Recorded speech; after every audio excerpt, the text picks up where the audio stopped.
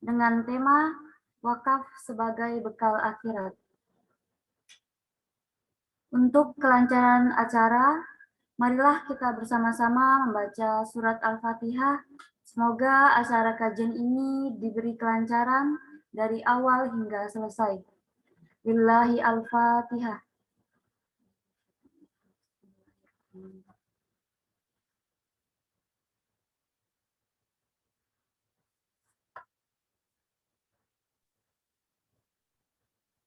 Acara yang pertama, sambutan dari Bapak Ryan Asaluminaris selaku GM Wakaf Al-Azhar. Kepada beliau, waktu dan tempat saya persilahkan. Baik, bismillahirrahmanirrahim. Assalamualaikum warahmatullahi wabarakatuh. Waalaikumsalam warahmatullahi wabarakatuh. Alhamdulillah, nahmaduhu wa nasta'inuhu wa nastaghfiruh. Wa na'udzu billahi min sururi anfusina wa min sayyiati a'malina. May yahdihillahu fala mudhilla lahu wa may yudlil fala hadiyalah. Asyhadu an la ilaha illallah wahdahu la syarikalah wa asyhadu anna Muhammadan abduhu wa rasuluh. La nabiyya ba'da, amma ba'du. Rekan-rekan semuanya, para sahabat wakaf Al-Azhar yang dirahmati Allah, yang terhormat Ustadz Muhson yang sudah hadir pada sore hari ini. Terima kasih Ustadz sudah berkenan untuk memberikan waktunya untuk bisa memberikan tausiah dan juga kajian pada hari ini. Dan saya ucapkan juga selamat datang dan selamat bergabung buat teman-teman semuanya. Mohon izin untuk bisa memberikan sambutan ya di awal acara ini, merupakan bagian dari ikhtiar kita untuk memulai syiar terkait dengan wakaf di keluarga besar Al-Azhar. Ini mungkin baru awal, mudah-mudahan ke depan kita berharap teman-teman di Wakaf Al-Azhar dan juga divisi Wakaf BMT Al-Azhar bisa terus meningkatkan kualitas kajian rutin pada setiap hari Selasa, entah nanti melalui media Zoom atau melalui juga dengan model Instagram online atau Instagram Live. Jadi ini merupakan bagian dari cara kita untuk bisa memberikan edukasi kepada masyarakat ataupun kepada juga sivitas Al-Azhar secara umum. Dan sebelumnya kami ucapkan terima kasih banyak buat rekan-rekan semua yang sudah bergabung. Targetnya bukan seberapa banyak, tapi setidaknya kita bisa memberikan informasi yang rutin, yang nanti insya Allah kalau sudah sudah rutin, orang akan mulai menjadwalkan setiap Selasa sore itu kajian bersama Wakaf Al-Azhar. Ya, ini tujuan akhirnya. Jadi hari ini merupakan perdana. Saya ucapkan terima kasih sekali buat Ustadz Muhson yang sudah berkenan untuk bisa meluangkan waktunya. Mudah-mudahan Allah Subhanahu wa taala memberikan pahala kepada beliau dan juga dimudahkan segala urusannya. Saya juga ingin menyampaikan apresiasi setinggi-tingginya buat teman-teman di Wakaf Al-Azhar yang sudah menyiapkan acara pada sore hari ini, meskipun sederhana, namun ini sangat bermakna. Ini merupakan tonggak awal kegiatan syiar kita yang kita lakukan rutin. Mudah-mudahan ke depan banyak calon-calon wakif dan juga para pewakif yang bergabung di acara kajian ini, sehingga informasi mengenai wakaf, informasi mengenai program-program, informasi mengenai bagaimana kisah-kisah yang muncul dalam setiap program wakaf itu bisa tersampaikan kepada masyarakat gitu.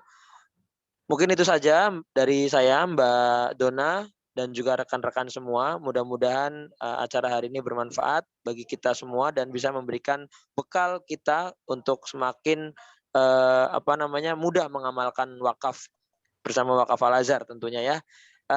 Mungkin saja dari saya, mohon maaf apabila ada kekurangan. Wabillahi taufiq wal hidayah. Wassalamualaikum warahmatullahi wabarakatuh. Waalaikumsalam warahmatullahi wabarakatuh. Terima kasih kepada Pak Ryan atas sambutannya. Sekedar informasi, saat ini Wakaf Al-Azhar mempunyai program Wakaf Mushaf Al-Quran. Sampai saat ini sudah tercapai kurang lebih 3.000 eksemplar. Kebutuhannya saat ini diperlukan 10.000 eksemplar. Untuk info lebih lanjut, Bapak dan Ibu dapat mengunjungi website www.wakafalazhar.com atau Instagram wakafalazhar.id. Acara selanjutnya, kajian tafsir yang akan disampaikan oleh Ustadz Muhson Anasi. Kepada beliau, waktu dan tempat saya persilahkan.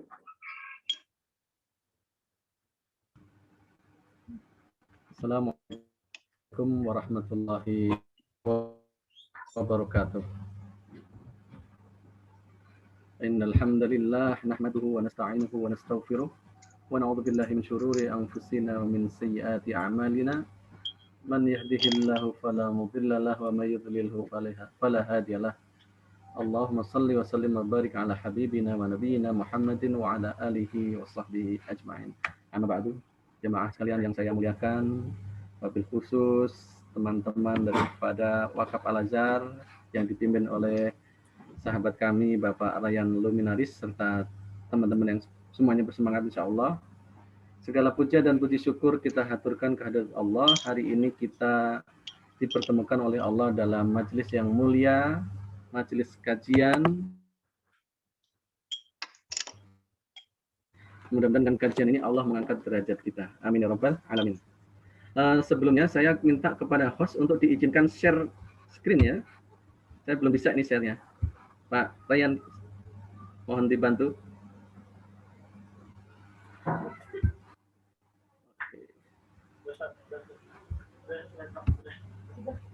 Bosnya Mas Anip. Silakan Mas Anip. Sudah, Pak. Sudah ya, oke.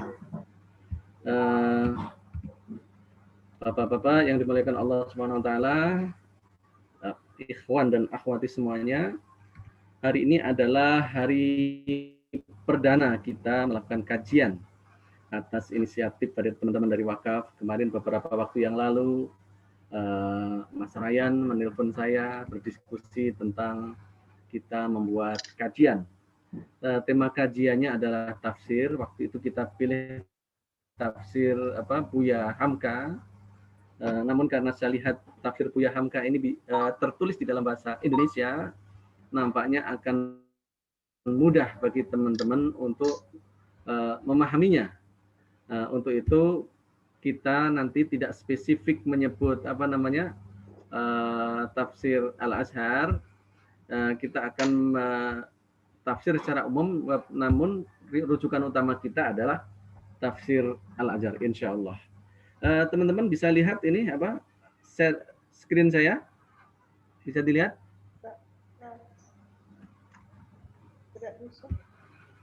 Halo? Belum Pak Ustadz, nggak bisa dilihat. Belum Ustadz. Oh, belum ya? Belum bisa dilihat ya? Belum bisa dilihat. Ini sebentar saya.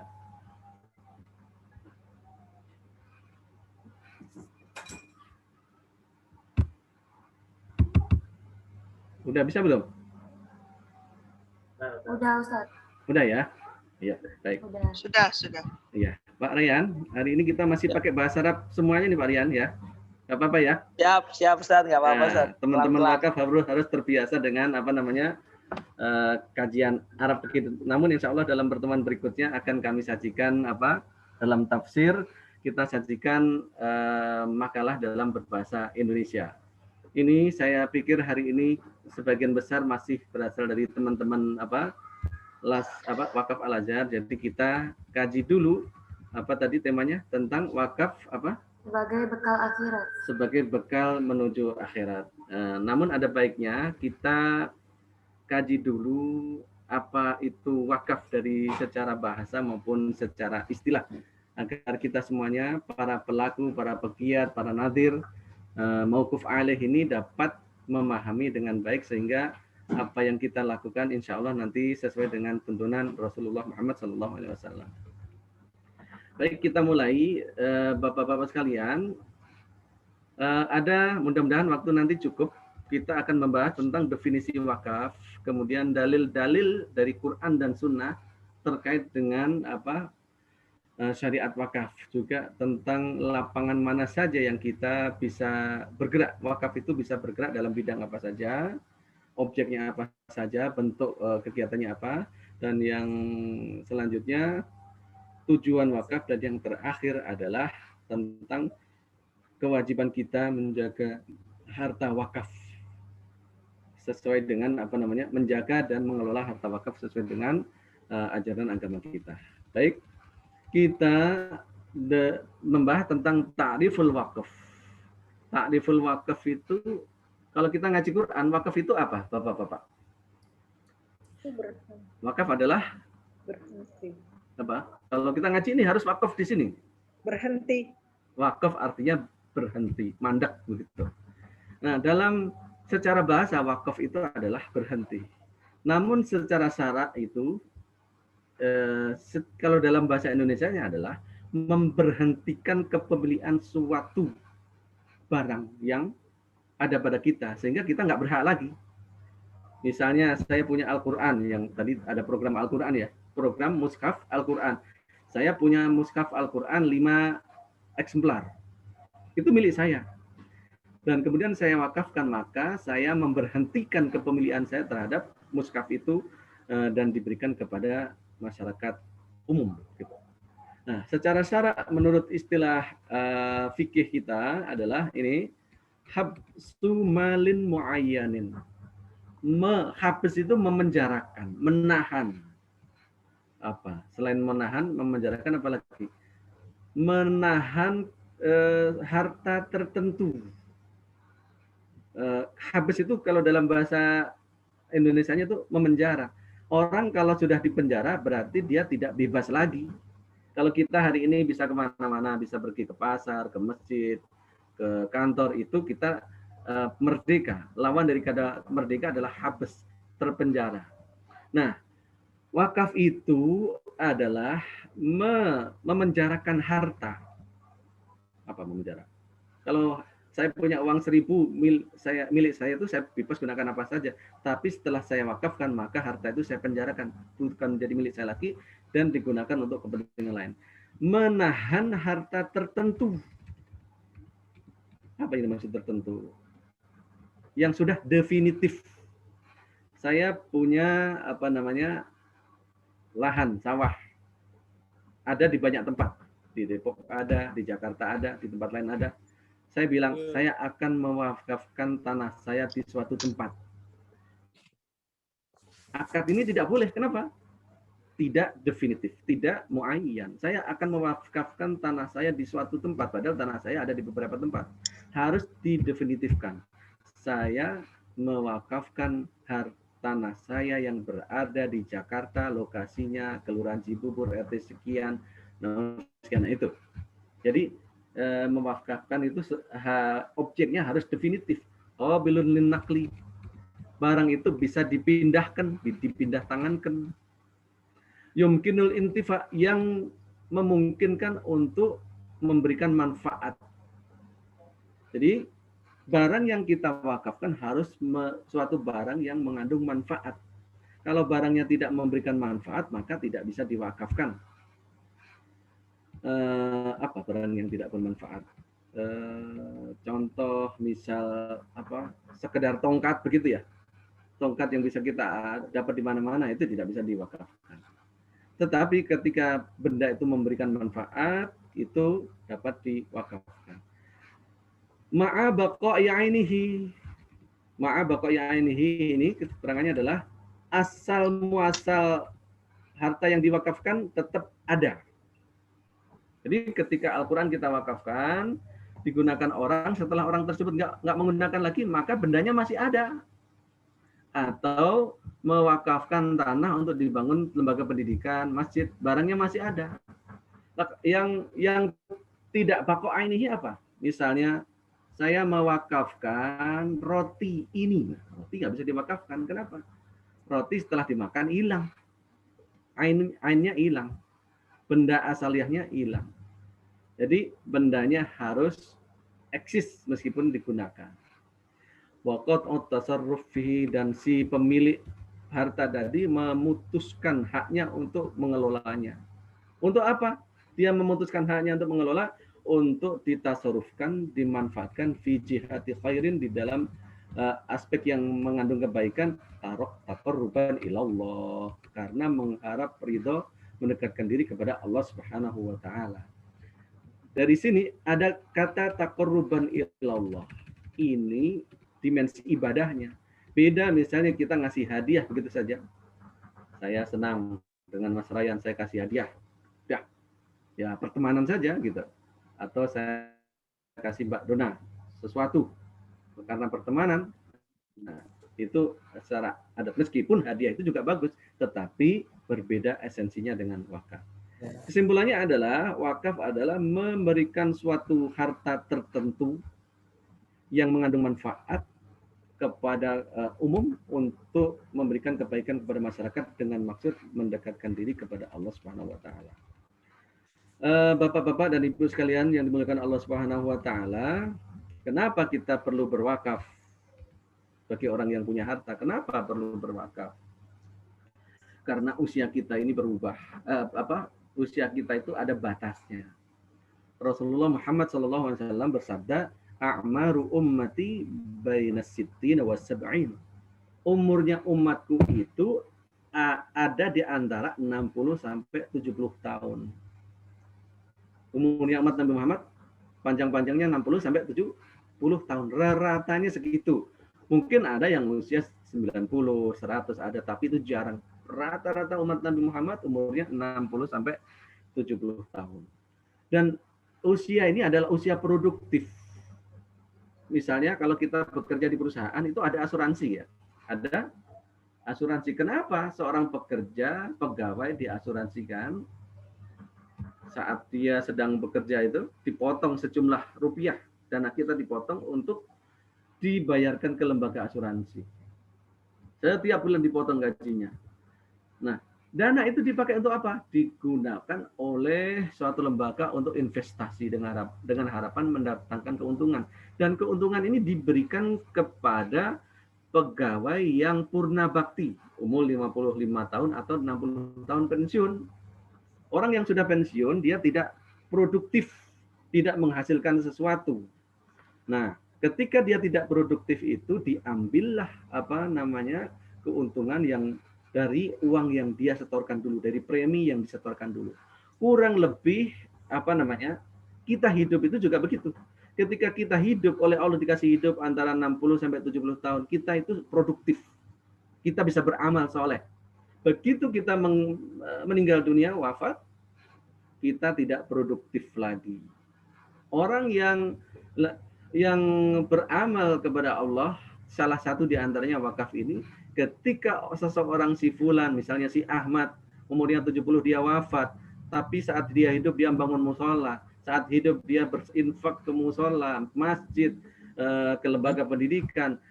Ketika dia sudah mati, harta yang dia infakkan tadi, yang dia wakafkan tadi, tetap memberikan manfaat kepada umat. Dan ketika umat mendapatkan manfaat itu, maka Bapak tersebut, Pak Ahmad tadi yang meninggal tadi, tetap mendapatkan setoran pahala meskipun dia sudah tidak produktif lagi. Kurang lebih bahasa kita kalau dibandingkan kurang lebih mirip-mirip dengan asuransi. Cuma kalau asuransi ini kan bisnis duniawi. Kalau wakaf ini adalah bisnis ukhrawi, berbisnis dengan Allah Subhanahu wa taala, yang membayar Allah Subhanahu wa taala. Jadi kenapa kita perlu berinfak? Untuk menjaga diri kita. Ketika kita sudah tidak produktif lagi, sudah tidak bisa beramal lagi, maka kita tetap mendapatkan hasil berupa pahala.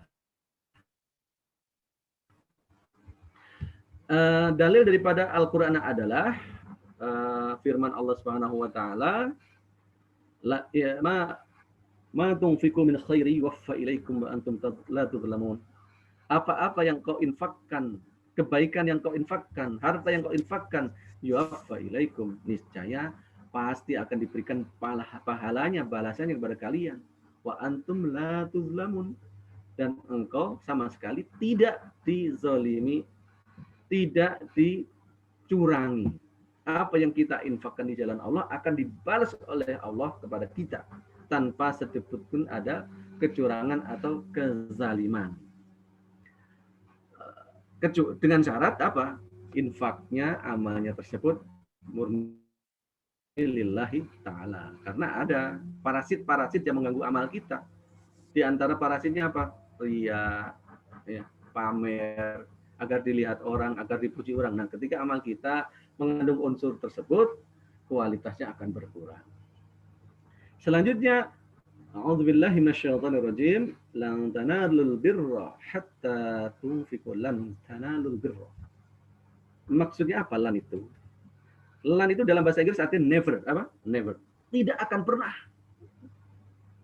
Kalau misalnya kau tidak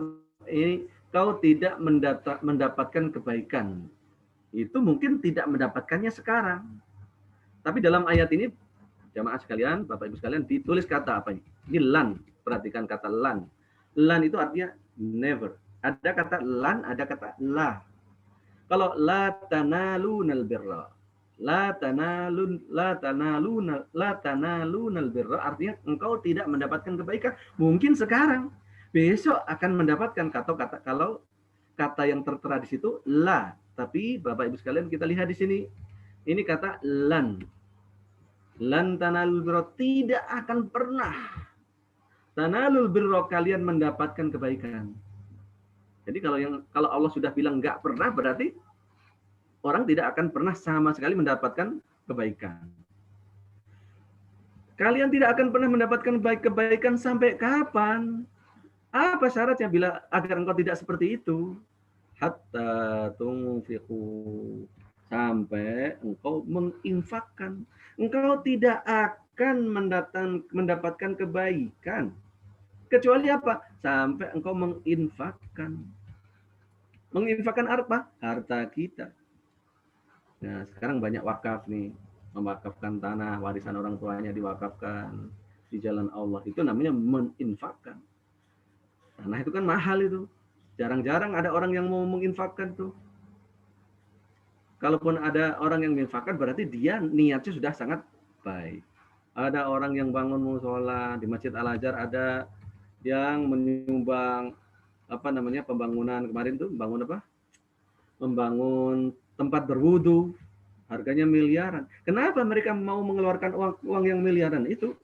Karena mereka ingat janji Allah ini. Lan tanalul birra, engkau tidak akan sama sekali tidak akan mendapatkan kebaikan sampai engkau mau menginfakkan mimma tuhibbun. Saudara-saudara, perhatikan, mimma tuhibbun, dari sebagian apa yang kau cintai, dari sebagian harta yang kau cintai. Jadi kalau kita berinfak, itu harusnya harta yang kita cintai. Kita punya apa? Punya tanah tadi, dibangun musola. Tanah itu masih kita senengin, kita infakkan. Jangan sampai kita menginfakkan sesuatu yang tidak kita cintai. Misalnya, wah, aku sudah nggak suka tanah di situ, aksesnya susah, ini susah. Banyak di situ lingkungannya nggak baik, banyak penjahatnya, aku infakkan. Itu belum termasuk kategori ini. Tapi kalaupun dia menginfakkan itu sudah bagus, tetapi tidak masuk dalam kategori mimma tuhibbun. Jadi Allah mensyaratkan harta yang kau infakkan itu adalah harta yang baik, harta yang kau cintai. Kalau harta yang kau benci kau infakkan, maka belum masuk dalam kategori ini. Jadi Bapak-bapak, teman-teman, sahabat wakaf, apabila kita ingin menginfakkan, infakkan harta yang kita cintai. Kita bekerja nih, dapat insentif 500.000. Kalau kita dari 500.000 kita infak 5.000 mah gampang banget itu, ya. Tapi kalau kita infakkan 250.000, kita infakkan 300.000, 100.000, itu gede. Maka itu termasuk yang dicintai. Sekali lagi, meskipun kalau yang diinfakkan kecil belum tentu tidak dicintai, mungkin ada sebab lain. Jadi yang kita infakkan di jalan Allah, yang kita wakafkan adalah harta yang kita cintai. Apakah semuanya? Tidak, saudara-saudara. Di sini ada kata mimma yang saya bold itu, mimma, infakkan sebagian daripada harta yang kau cintai. Misalnya Mas Royan gajian 10 juta, Mas Royan, terus diinfakkan semuanya karena setelah baca ayat ini, boleh enggak? Ya, Mas Royan? Siap. Gajinya semuanya diinfakkan, ya enggak begitu, karena ada yang berhak di dalam keluarganya, begitu. Yang diinfakkan di sini mimma, jemaah yang dimuliakan Allah. Yang diperintahkan oleh Allah kepada kita di sini adalah apa? Sebagian harta kita. Bukan keseluruhan harta kita, karena ada hak yang yang berhak diterima oleh keluarga, orang-orang yang ada dalam tanggungan kita. Jangan sampai infaknya banyak, anaknya kelaparan, ya tidak boleh pula begitu. Ya, Mbak Dona ya? Tidak boleh. Gajinya semuanya dikeluarin, akhirnya lupa sama emaknya, sama bapaknya. Bapaknya dan ibunya harusnya ada tanggungannya, nggak dikasih gara-gara infak pada orang lain. Di antara infak yang bagus adalah infak kepada keluarga terdekat. Keluarga terdekat dulu. Kita bagi, ya. Keluarga terdekat berapa, ini berapa. Begitu gajian dipotong dulu, dihitung. Sekian. Ada bagian untuk keluarga, ada bagian diri sendiri, ada bagian untuk diri sendiri harus ada, Pak Ryan. Saya ke kantor kan butuh bensin. Kalau saya nggak punya uang, saya nggak bisa ke kantor. Nggak bisa bekerja, nggak bisa mengabdi ke Al-Azhar. Nah, disisain dulu semuanya. Di manage keuangannya. Dan sebagian diinfakkan di jalan Allah Subhanahu wa taala. Walamma sami'a Abu Talha, ketika Abu Talha, sahabat Nabi sallallahu alaihi wasallam, mendengar ayat lan tanalul birra ini, sahabat Abu Talha mendengar ayat ini, langsung dia menghadap kepada Rasulullah. Dia berkata, "Ya Rasulullah, wahai Rasulullah, innallaha yaqul, sesungguhnya Allah berfirman di dalam Al-Qur'an yang tadi kita sebutkan, tidaklah engkau akan mendapatkan kebaikan sedikit pun sampai engkau mau menginfakkan sebagian harta yang kamu cintai." Allah bersabda begitu, ya Rasulullah. Ini kata Abu Talha. Wa inna ahabba amwali ilayya birha. Sesungguhnya harta yang paling aku cintai itu adalah sebuah lahan di Birha. Wa inna sadaqatun lillahi ta'ala. Jadi Abu Talha punya beberapa kekayaan, tapi yang paling dia cintai adalah di Birha tadi. Terus dia mengatakan, aku sedekahkan demi Allah Ta'ala. Karena Allah Ta'ala. Kenapa aku sedekahkan? Aku mengharapkan arju birraha wa dhuhraha. Aku mengharapkan kebaikannya. Wa dhuhraha, dan simpanannya di sisi Allah. Artinya apa? Harta yang kukeluarkan tadi, ya Rasulullah, Birha tadi, agar menjadi tabunganku. Dhuhr itu artinya apa? Tabungan atau simpanan. Agar yang aku keluarkan itu menjadi simpananku nanti, wahai Rasulullah sallallahu alaihi wasallam. Fadha'ha, maka gunakanlah ya Rasulullah lahan itu haitsu arakallah, sesuai dengan petunjuknya Allah kepada engkau ya Rasulullah. Apa? Itu Abu Talha begitu membaca ayat lan tanalul birra hatta tunfiqu, beliau langsung apa? Langsung merespon menghadap kepada Rasulullah Muhammad sallallahu alaihi wasallam. Lalu beliau menghadap kepada Rasulullah, menyedekahkan hartanya itu di jalan Allah Subhanahu wa taala. Ya Allah, ya Rasulullah, gunakan tanahku itu untuk kebaikan sesuai petunjuk Allah kepadamu. Apa kata Nabi? Masya Allah. Buh. Kata Nabi, buh. Apa buh itu? Teman-teman, artinya? Kalau sekarang itu kira, wow, apa? Amazing lah, kira-kira gitu ya. Buh itu suatu kalimat yang digunakan oleh Rasulullah untuk memuji suatu kebaikan. Wah, tidak harus selalu Masya Allah ya. Tidak selalu Subhanallah. Kalau kita memuji teman kita, wow, Masya Allah, Subhanallah, itu bagus.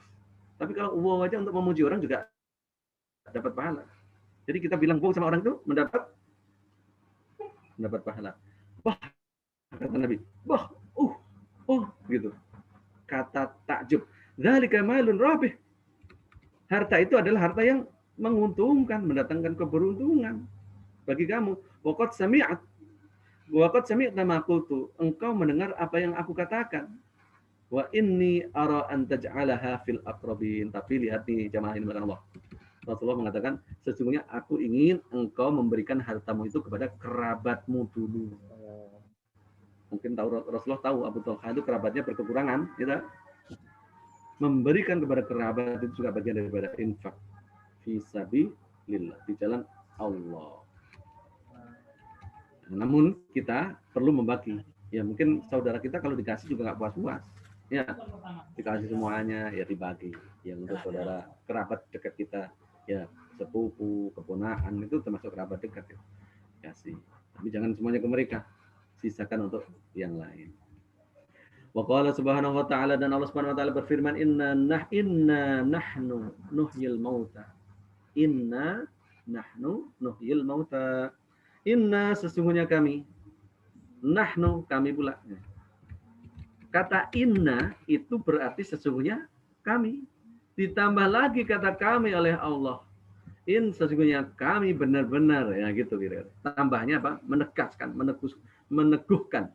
Inna nahnu nuhyil mauta, sesungguhnya kami itu menghidupkan yang mati, al-mauta.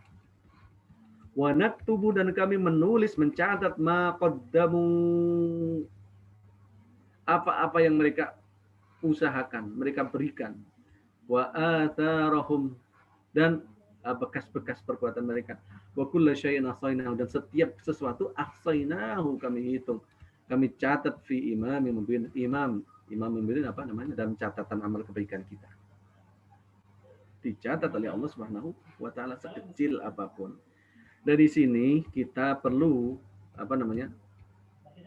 Kita jangan sampai mengecilkan infak yang kita berikan. Ini teman-teman wakaf kita semuanya. Selain kita mengajak orang berinfak, kita juga berinfak. Pak, sanggup saya masih sedikit, Pak. Pendapatan kecil, Pak. Bagaimana wakaf saya cuma 50.000? Tidak apa-apa. Jangan diremehkan infak yang kecil. Wa kullu syai'in, segala sesuatu ahsaynahu, kami hitung, kami catat fi imam, di dalam catatan amal kebaikan. Wa minas sunnah, adapun ini yang penting nih Bapak-bapak dan Ibu sekalian, yang penting daripada motivasi yang kita dapatkan Rasulullah adalah beliau bersabda ini. Ini umum, hadis ini sering didengar orang, ya. Sering didengar orang, mungkin yang mengamalkan nggak banyak. Mudah-mudahan kita bagian daripada orang yang mengamalkan itu. Idza mata, apabila mati ibnu Adam, anaknya Adam, maksudnya manusia, inqata'a, terputusnya amaluhu, semua amalnya. Jadi orang kalau sudah meninggal dunia, wafat, putus dia. Tidak bisa berbuat apa-apa lagi dia. Pensiun dia daripada amalan. Diam saja dia. Semua orang itu putus amalnya, kecuali siapa? Illa min salatin, kecuali dari 3. Apa? Shadaqatun jariyah. Sedekah jariyah. Sedekah itu artinya apa? Sedekah. Sedekah itu seakar kata dengan kata sidik. Sidik itu artinya benar. Sedekah itu menunjukkan kebenaran iman seseorang. Kalau orang enggan sedekah padahal dia mampu, itu artinya orang tersebut imannya masih belum benar, belum sempurna. Bukan berarti kita nyebut dia nggak beriman, enggak, tapi imannya belum sempurna. Kita punya roda sepeda motor, kita punya roda mobil. Roda kita bentuknya apa, saudara? Bulat ya? Bulat. Ada nggak roda yang dipotong separuh, nggak bulat? Hah? Dona, misalnya. Dona ke tempat kerja naik apa? Naik motor, Pak. Naik motor. Rodanya bener nggak? Iya. Nah, bener. Coba rodanya dipotong separuh. Yang depan potong separuh, belakang potong separuh. Gelinding nggak rodanya itu? Enggak. Saya gelinding. Berarti rodanya tidak sempurna kan? Iya. Nah, orang kalau tidak mau sedekah itu menunjukkan imannya tidak sempurna, imannya tidak bunder. Lah kalau rodanya Dona itu tidak bunder atau kurang dari seperapat, masih bentuknya gimana itu? Bisa nyampe nggak ke tempat tujuan? Bisa, tapi ada tapinya, entah kapan nyampenya ya. Harusnya bisa ke kantor 1 jam, mungkin 3 hari kemudian baru nyampe. Kenapa? Rodanya nggak bunder. Nggak nyampe Al-Azhar, Mbak Dona, nggak nyampe kantor wakaf Al-Azhar. Kenapa? Rodanya nggak bunder. Orang mukmin yang mampu, yang memiliki kemampuan finansial, kemampuan harta, kok nggak mau bersedekah, itu buktinya dia imannya tidak bunder. Kalau imannya nggak bunder, masuk surga nggak?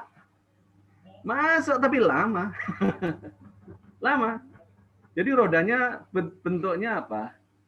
Kotak-kotak gitu ya. Karena kan dikurangin, karena dia nggak mau infak. Makan nyampe surganya lama. Jangan dikira orang nggak sedekah kemudian nggak masuk surga, jangan. Masuk, karena dia masih mukmin. Tapi masuknya lama. Pengen masuk lama mau cepet kita semuanya nih. Kenapa kita ngaji sekarang di sini? Pengen masuk surga, memotivasi kita untuk ibadah. Dan saudara-saudara yang dimuliakan Allah, sedekah itu menjadi salah satu bukti keimanan seseorang. Kalau orang tidak sedekah berarti imannya kurang sempurna. Iman yang nggak sempurna, nggak bunder lempeng, ya ngantar ke surganya agak lama. Sedekah jariah, jariah itu artinya yang berlari, sedekah yang Bapak catat, Bapak Ibu semuanya catat. Jariah itu artinya apa? Lari. Sedekah yang berlari. Meskipun si yang bersedekah itu nggak lari lagi, udah mati dia. Udah meninggal dia, wafat dia di dalam kuburan. Dia kan nggak lari, tapi sedekahnya masih berlari. Berlari untuk apa? Berlari untuk memberikan pahala, saudara-saudara. Ya. Makanya kemarin saya dengar Bu Sri Mulyani. Kadang-kadang ayat ini yang mengamalkan orang bukan Muslim kadang-kadang ya. Bu Sri Mulyani bilang apa? Menteri Keuangan kita. Orang Amerika itu punya aset. Asetnya bekerja untuk pemiliknya. Sementara kita orang Indonesia, kita bekerja untuk aset kita. Coba, pinteran yang mana kira-kira? Jadi orang Mark Zuckerberg itu nongkrong aja dapat duit. Nah, kalau kita nggak ke kantor nggak dapat duit. Nah, mereka itu asetnya bekerja, asetnya berlari untuk mereka. Tapi itu mereka memberlarikan asetnya di dalam duniawi, urusan duniawi. Kita oleh Allah disuruh untuk kalau nanti manusia meninggal dunia, harusnya kekayaan orang itu yang bekerja untuk orang itu, yang berlari untuk orang itu. Ini, saya catat ini. Yang berlari, sedekah yang berlari. Berlari pahalanya tetap mengejar kita. Jadi sedekah berlari mengejar kita. Kalau kita berinfak di jalan Allah, mewakafkan harta kita pada Allah, untuk Allah, kita sudah meninggal dunia, wafat, infak kita itu terus berlari mengejar kita, saudara-saudara. Bukan kita mengejar aset, tapi aset mengejar kita, pahala mengejar kita. Bukan kita ngejar pahala, tapi pahala mengejar kita. Jadi kata Bu Sri Mulyani, orang Amerika itu nggak pinter-pinter banget. Kalau kuliah, seringkali orang Indonesia lebih pinter daripada orang Amerika. Seringkali begitu. Tapi kenapa? Orang Amerika lebih cerdas daripada kita. Mereka membuat hartanya bekerja untuk pemiliknya. Sementara kita, pemiliknya bekerja untuk harta kita. Ini urusan dunia aja orang Amerika. Kalau orang Amerika baca hadis ini kalau dia beriman lebih baik imannya daripada kita insya Allah. Karena apa? Mereka sudah mendorong asetnya bekerja. Dan aset bekerja itu dianjurkan oleh Rasulullah. Jadikanlah aset hartamu itu bekerja untuk dirimu meskipun nanti kamu tidak bekerja. Meskipun kamu sedang tidur. Tidur di mana kita? Kalau sudah meninggal tidur di kuburan. Kita udah nongkrong di kuburan. Nongkrong ya. Apa namanya? Istirahat di kuburan. Di kuburan bisa istirahat bagi orang yang soleh ya. Kita di alam kubur, alam barzah, pahala masih mengejar kita. Harta kita yang kita infakkan di jalan Allah, kita wakafkan di jalan Allah, bekerja untuk kita harta itu. Sehingga kita tidur pun di alam kubur, kita tetap mendapatkan setoran. Ilmin yuntafa'u bihi, ini lanjutnya ilmu yang bermanfaat. Ya, ilmu hari ini ilmu yang kita pelajari di sini Bapak sampaikan, Ibu sampaikan pada yang lain. Pak Dona habis ngaji ini, wah ada dalil tambahan nih Pak. Sedekah jariah adalah sedekah yang yang berlari. Berlari apanya? Pahalanya berlari Pak mengejar kita. Pahala berlari mengejar orang yang mewakafkan. Kalau kita sholat teman-teman, bapak-bapak, ketika kita sudah nggak sholat, sudah selesai pahala sholat kita, ya nggak? Kita puasa, setelah wafat nggak dapat kita pahala puasa, sudah selesai. Tetapi pahala daripada sedekah jariah, wakaf itu tetap bekerja untuk kita. Waladin sholihin yatullah, atau anak soleh yang mendoakan dia. Kita punya anak juga kita ajarkan agama agar mereka meneruskan perjuangan kita. Nah, teman-teman sekalian dimuliakan Allah, sedekah jariah ini oleh para ulama dimasukkan ke dalamnya adalah apa? Al-waqaf, wakaf. Karena ada sedekah yang tidak jariah. Mas Ryan satu saat ketemu saya di Masjid Al-Azhar, Pak Muson, yuk saya traktir makan. Senang nggak saya? Nah, diantar saya oleh Pak Ryan ke warung makan, makanlah. Itu sedekah dari Pak Ryan untuk saya, Ryan. Tetapi bukan jariah. Pahalanya selesai di situ. Tapi kalau kita punya punya harta 50.000, 100.000, kita belikan semen, kita titipkan kepada panitia pembangunan masjid atau mushola, itu ketika nanti kita sudah wafat, subhanallah kita tetap ada pahala. Bahkan nanti di bawah itu ada sedekah jariah itu di negara yang aneh Timur Tengah. Orang bersedekah untuk membangun suatu tempat penampungan anjing. Penampungan apa? Anjing. Untuk apa?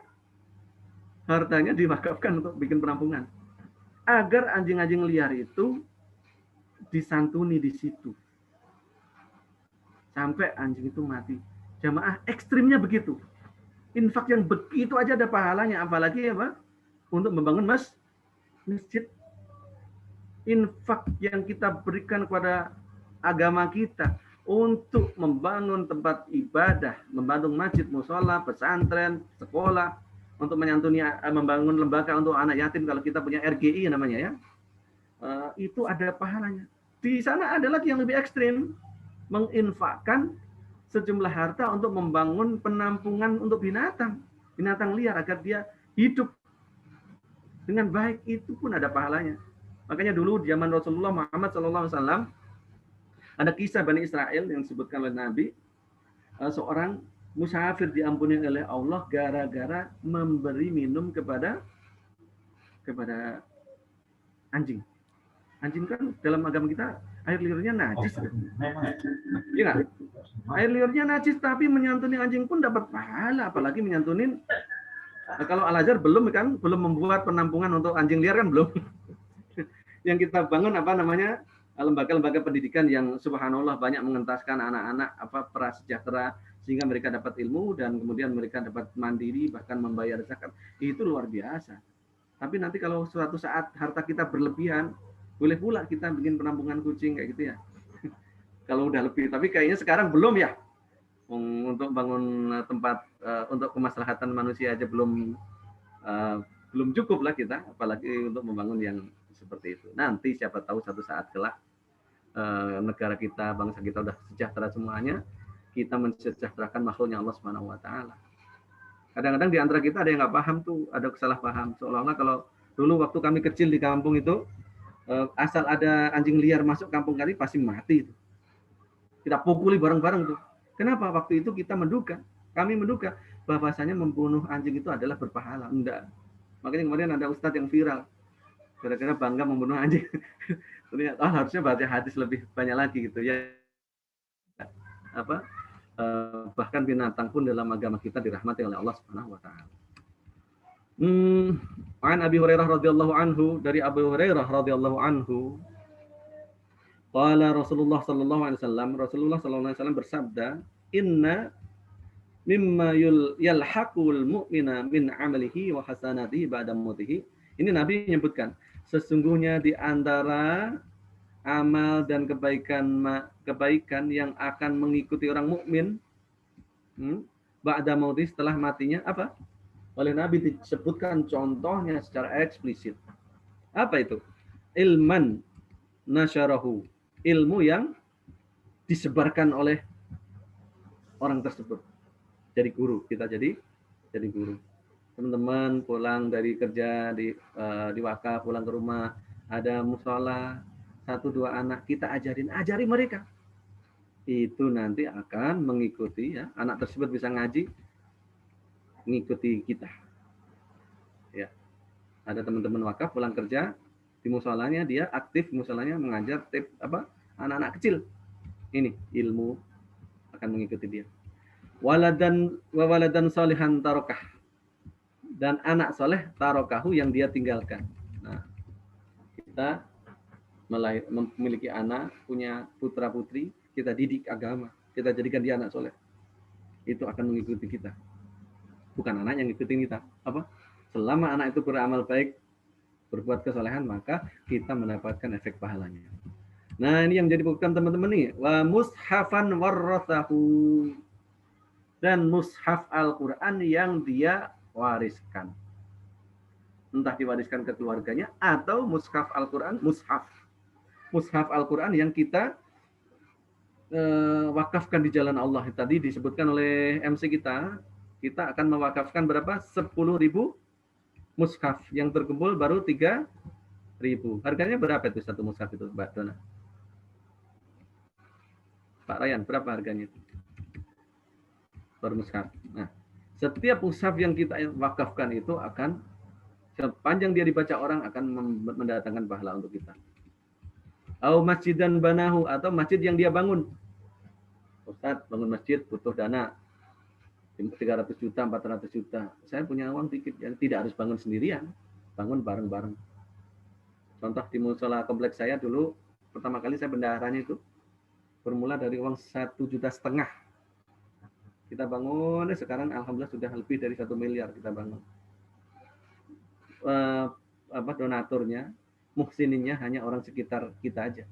Alhamdulillah sampai segitu. Kenapa mereka membangun, berani berinfak, berwakaf di jalan Allah ini? Janji Rasulullah. Au masjidan banahu, membangun masjid meskipun hanya 1, 2, 3 sak semen, itu dicatat oleh Allah Subhanahu wa taala. Au baitan libnis sabil banahu. Nah ini di Indonesia masih jarang. Atau membangun rumah singgah untuk ibnu sabil, untuk ibnu artinya anak, sabil jalanan. Membangun rumah untuk anak jalanan. Atau membangun rumah peristirahatan. Tuh, kalau kita Ramadan pulang kampung, di akhir Ramadan pulang kampung, kita suka istirahat di rest area. Itu andaikan yang membangun itu orang Muslim, jamaah yang dimuliakan Allah, insya Allah dia ganjarannya gede banget. Karena dia memberikan tempat singgah untuk orang anak jalanan. Nah, kita kan orang musafir namanya anak jalan, sedang berada di perjalanan, Ibnu Sabil. Mudah-mudahan kita suatu saat diberikan oleh Allah kemampuan untuk mewujudkan ini rumah singgah.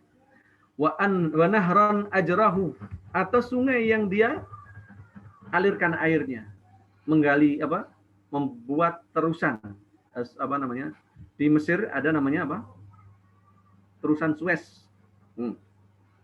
Terusan Suez itu luar biasa itu. Ada di Panama juga yang bangun Ferdinand de Lesseps ya. Andai kan Ferdinand itu Muslim, masya Allah, surga udah jadi jaminannya. Andai kan dia Muslim, tapi ternyata dia tidak Muslim.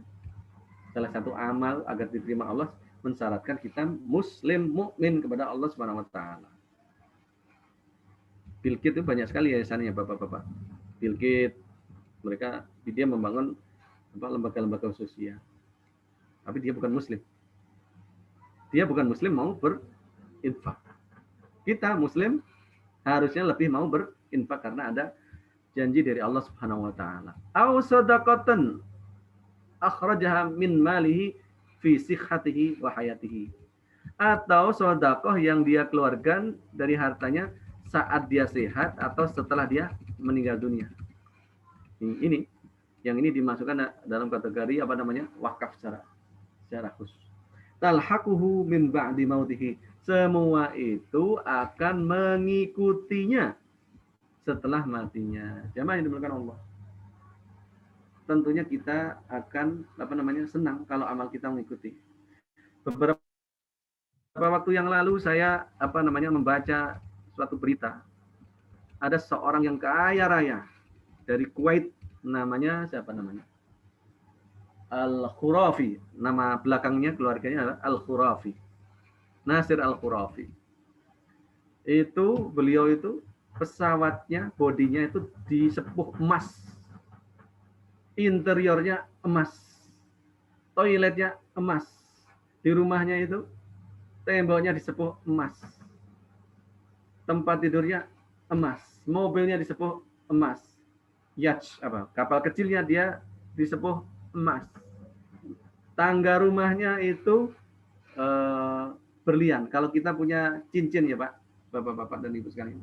Kalau kita punya intan berlian, kita taruh di mana? Di tangan kan? Kita taruh di tangan ya. Tapi Pak Nasir Al-Khurafi ini naruh batu mulia, intan berlian itu sebagai alas tangga rumahnya. Masya Allah. Alas tangga rumahnya itu dihiasi batu-batu. Jadi batu diinjak kaki mereka. Kalau kita batu ditaruh di tangan, kalau lagi ngomong gini kan, zaman musim akik dulu gini ya. Kalau lagi ngomong dengan temannya, tangannya begini-gini. Dipamerin jarinya, mempertontonkan Nazar Al-Qurafi nggak begitu. Batu berliannya dia taruh sebagai alas tangga rumahnya. Tetapi apa yang terjadi jamaah yang dimuliakan Allah, di negeri Arab itu makam yang dibangun mewah itu hampir jarang. Nasir Al-Qurafi ketika meninggal dunia, makamnya itu hanya 1 kali berapa itu 2 meter, sama batu nisannya terbuat dari kayu di sana.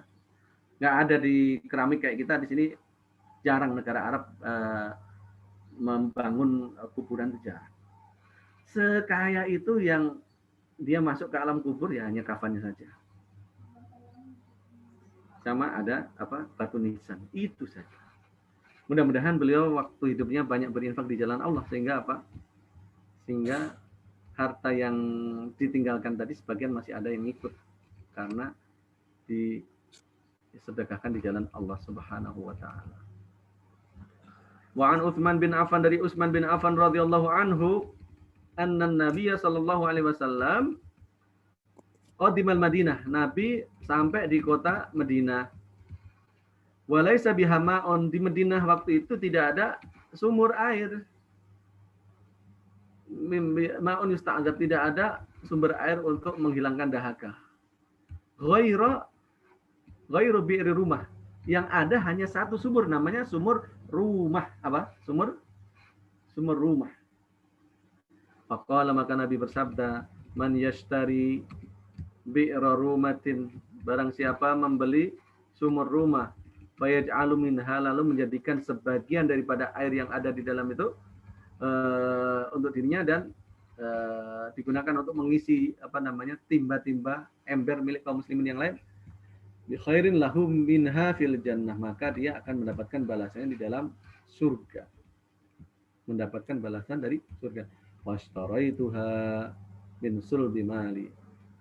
Utsman berkata, lalu aku membeli sumur rumah itu dari sebagian hartaku. Rawahul Bukhari, diriwayatkan oleh Imam Bukhari. Jemaah yang dimuliakan Allah, sahabat Nabi begitu mendengar Nabi berbicara seperti itu langsung dipraktekkan. Begitu mendengar Nabi bersabda, siapa yang memberi sumur rumah ini, rumah itu nama sumur ya, bahasa Arabnya rumah, bukan rumah-rumah bahasa Indonesia kita. Barang siapa membeli sumur yang namanya rumah itu untuk kaum muslimin, maka dia mendapatkan kebaikan. Langsung kontan Umar memberinya. Nah sekarang Nabi kan tidak berbicara pada kita, makanya kita tidak langsung membeli ya. Tapi kan yang berbicara Pak Ustadz. Pak Ustadz itu kan guru, kata Nabi. Guru-guru kita itu adalah ahli warisnya Nabi. Kita meneruskan informasi dari Nabi Shallallahu Alaihi Wasallam, apalagi ini hadis riwayat Imam Al-Bukhari, hadis sahih riwayat Bukhari. Setelah pulang dari ini, ayo kita bareng-bareng mengumpulkan harta kita, menyisihkan sebagian harta kita untuk wakaf di jalan Allah. Di antaranya tadi program wakaf teman-teman membeli Al-Quran. Harganya berapa itu 1 mushaf? Nanti disebutkan Mbak Dona dan Pak Alayan, disebutkan berapa 1 mushafnya berapa. Terus menerus. Ketika orang lain mewakafkan mushaf Al-Quran lantaran informasi daripada teman-teman juga mendapatkan pahala dari Allah Subhanahu wa taala. Karena kita menunjukkan kepada jalan yang diridhoi oleh Allah Subhanahu wa taala. Oke, baik, ini adapun majalatul waqf, objek proyek yang kita gunakan yang kita biayai dari wakaf, apa saja di antaranya di sini. Hifdzuddin, untuk menjaga agama. Menjaga agama dengan harta. Harta wakaf digunakan untuk menjaga agama. Menjaga agama dengan cara apa? Ini mewakafkan untuk mewakafkan senjata, membeli senjata untuk perang fisabilillah. Wal masakhif, membeli mushaf Al-Quran. Wal kutub, memberi buku-buku agama. Nanti insya Allah satu saat Direktorat Dakwah dan Sosial akan membuat program perpustakaan Islam, mudah-mudahan terbesar nanti, mudah-mudahan kitab-kitab agama yang akan dibaca oleh para ulama kita. Membangun masjid, wadur, rumah singgah. Wazawaya, zawiyah itu tempat pada zaman dahulu para orang-orang belajar agama di zawiyah. Wal arbithah, ribat, wadurul ilmi, rumah ilmu, wal madrasah, madaris, sekolah-sekolah, wal maktabat, perpustakaan, atau wakaf untuk haramain. Haramain itu Mekah dan Madinah, Bapak-bapak. Masjid Mekah dan Madinah, atau lembaga-lembaga dakwah membiayai kegiatan dakwah. Wal marafiq tabi'ah lidzalika, dan untuk menyediakan fasilitas dakwah. Di antaranya ini wakaf untuk membangun masjid. Wakaf untuk jihad fisabilillah. Kalau masjid umum ya, tidak saya baca di sini. Orang berwakaf untuk membangun masjid sudah sangat biasa. Jihad fisabilillah ini. An Umar, daripada sahabat Umar, qala, berkata Umar, kanat amwalu Bani Nadir mimma afa Allahu ala rasulihi mimma lam yujif al-muslimun alaihi bi khalin wala rikabin. Jadi waktu itu Rasulullah berperang melawan Banu Nadir. Banu Nadir itu orang Yahudi yang diusir dari Madinah. Setelah orang Yahudi tadi kalah, maka hartanya menjadi harta rampasan perang. Kanat Rasulullah memiliki bagian daripada harta fai itu, harta rampasan perang itu. Yungfik ala ahli baitih. Jadi Nabi mendapatkan harta rampasan perang, diinfakkan, dibelanjakan untuk keluarganya juga. Nih, keluarga juga harus dibelanjakan, diberi belanja. Terus tapi yang digunakan untuk keluarganya adalah sekiranya memenuhi kebutuhan makan mereka selama 1 tahun. Kalau kita mungkin bertahun-tahun ada ya. Fama baqiya ju'ila fil qura, harta sisanya selain yang diberikan kepada keluarga oleh Nabi digunakan untuk membeli senjata dan kuda. Al-qura di sini artinya apa? Senjata atau kuda yang digunakan untuk apa? Berperang fisabilillah. Wa uddatan fisabilillah, dan perbekalan perang, logistik, makanan, minuman dan lain sebagainya.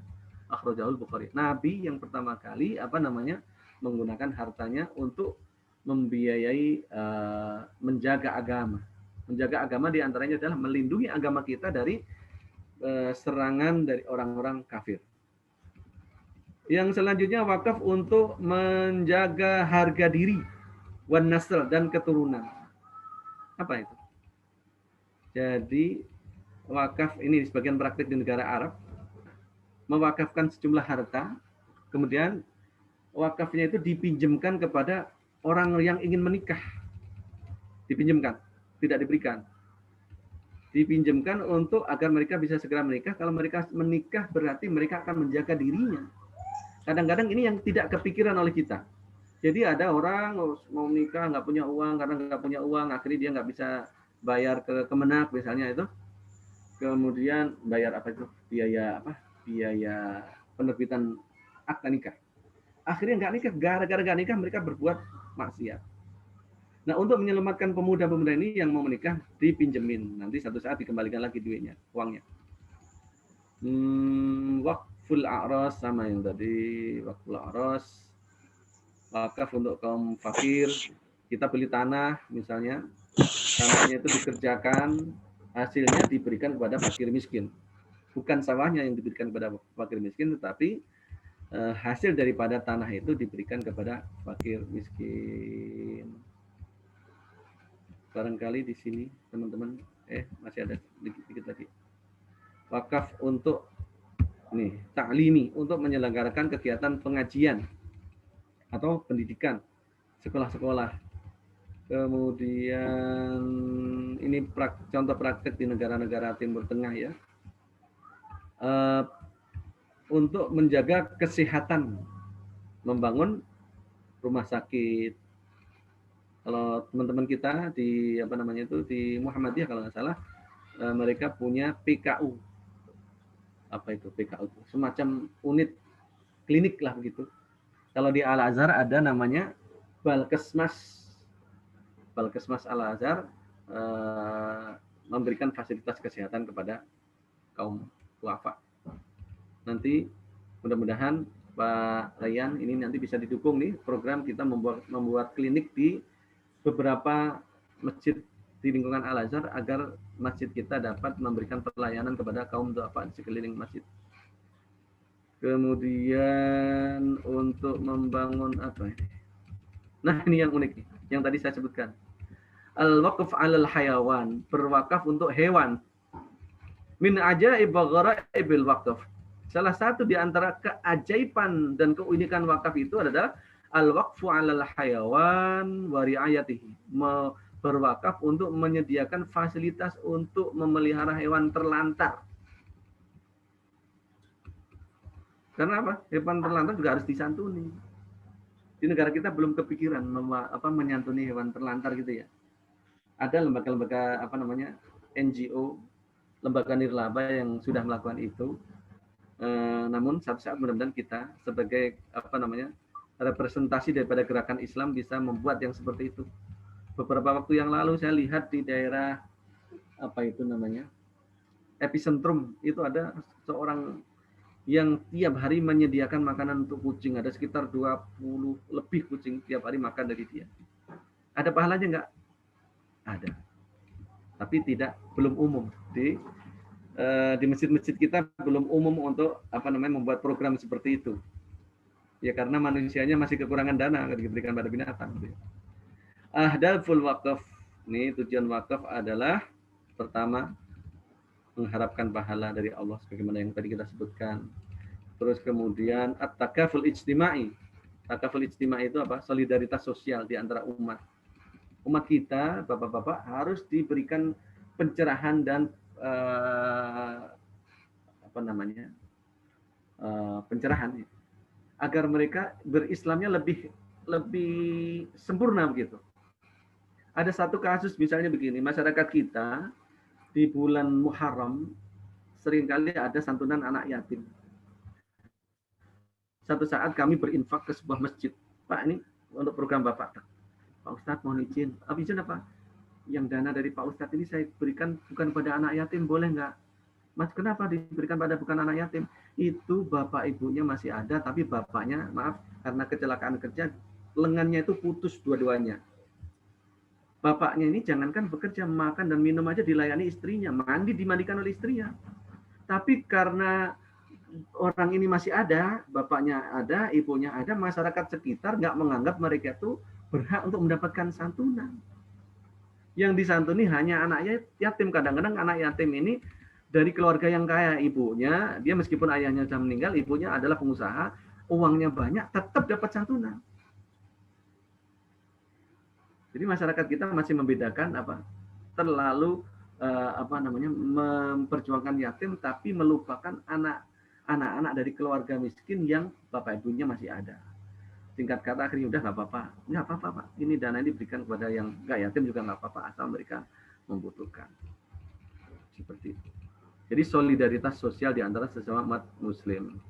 Kemudian ya yang terakhir juga hampir mirip, menunjukkan kasih sayang merekatkan antara umat Islam. Yang kelima,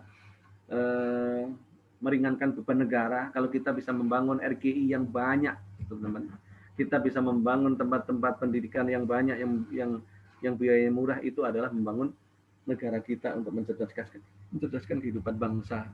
Dan yang terakhir, wakaf untuk para ulama.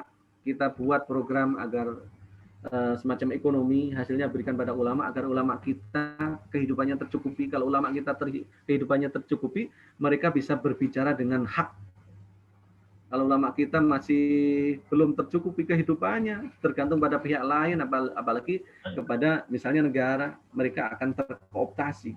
Wah, kalau saya kritis begini, nanti saya akan terputus maisah saya, penghidupan saya. Terus yang terakhir, saudara-saudara yang dimuliakan Allah, kita sebagai penyelenggara wakaf wajib hukumnya menjaga harta ini dengan baik-baik. Menjalankan amanah dengan baik. Wala ta'kulu amwalakum bainakum bil batil. Jangan memakan harta orang lain secara batil. Meskipun kita dapat mengambil bagian tertentu daripada wakaf, itu hanya untuk sekedarnya. Kita jalankan kalau kita membuat program-program yang bisa dipertanggungjawabkan. Jangan sampai kita melakukan suatu program yang karena kelalaian kita maka harta wakaf hilang sehingga nanti kita akan mendapatkan akibatnya. Ulama mewajibkan pengelola wakaf kalau tidak benar harus mengembalikan. Tapi kalau sudah direncanakan dengan baik, kemudian ada power measure gitu ya, bahasanya, yang kondisi darurat banget itu bisa dimaafkan. Demikian Bapak-bapak yang dimuliakan Allah Subhanahu wa taala. Akhirnya saya simpulkan bahwasanya kenapa kita perlu berinfak, berwakaf di jalan Allah Subhanahu wa taala. Allah menjanjikan bahwasanya infak kita tidak akan disia-siakan oleh Allah, pasti ada balasannya. Dan untuk yang kedua menunjukkan bahwa kita benar-benar beriman. Karena Allah Subhanahu wa taala mengatakan kita tidak akan menerima kebaikan apapun sampai kita ikhlas berinfak, menginfakkan sebagian harta yang kita cintai. Dan tentu saja kita melakukan itu demi mencontoh Rasulullah Muhammad SAW. Kalau kita mencontoh Nabi Muhammad SAW, insya Allah kita akan mengikuti jalan beliau menuju surganya Allah Subhanahu wa taala. Demikian Bapak-bapak sekalian, Pak Ryan, Mbak Dona, serta teman-teman sekalian yang tergabung dalam pengajian kita sore ini. Mudah-mudahan bermanfaat. Insya Allah kita lanjutkan dalam program berikutnya, kajian tafsir Lembaga Wakaf Al-Azhar. Demikian yang bisa kami sampaikan. Mohon maaf apabila ada kekurangan dan khilafan dari kami. Yang benar dari Allah Subhanahu wa taala, yang khilaf dari kami sendiri. Selanjutnya waktu kami serahkan kembali kepada MC kita. Assalamualaikum warahmatullahi wabarakatuh. Terima kasih kepada Ustaz Nasr yang telah menyampaikan kajiannya. Semoga bermanfaat dan menjadi keberkahan bagi kita semua. Amin ya rabbal alamin. Dari kajian yang telah disampaikan oleh Ustadz Muson, pada sesi kali ini kita masuk ke sesi tanya jawab. Bagi para peserta kajian yang ingin bertanya atau yang kurang jelas, dipersilahkan bertanya.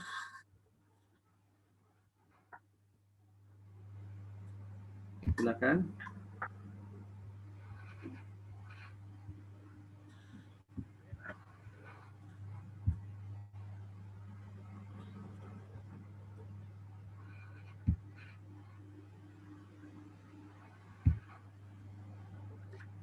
Sudah cukup jelas? Baik Pak, saya ingin bertanya, apakah ada batasan umur ekonomis barang yang diwakafkan? Misalnya karpet di masjid itu termasuk wakaf bukan Pak?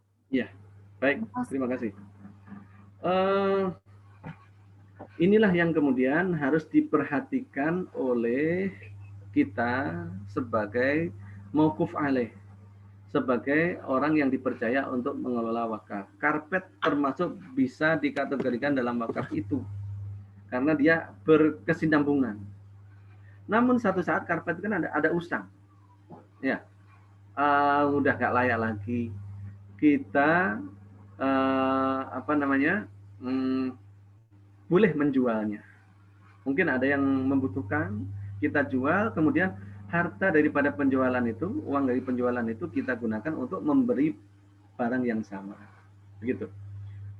Sehingga si wakif itu tetap mendapatkan manfaat daripada wakaf beliau. Atau diwakafkan, diberikan kepada lembaga lain yang membutuhkan. Kadang-kadang di suatu tempat masjidnya bagus gitu, ekonomi masyarakat sekitarnya bagus, karpet masih bagus, ganti. Ini harus kita sebagai pengelola harus mempertahankan barang ini agar tetap bermanfaat. Kecuali kalau sudah sampai level yang sudah tidak bisa dimanfaatkan lagi, boleh dihilangkan. Terima kasih. Terima kasih Pak. Rangkaian acara telah kita lewati, hingga tibalah kita di penghujung acara.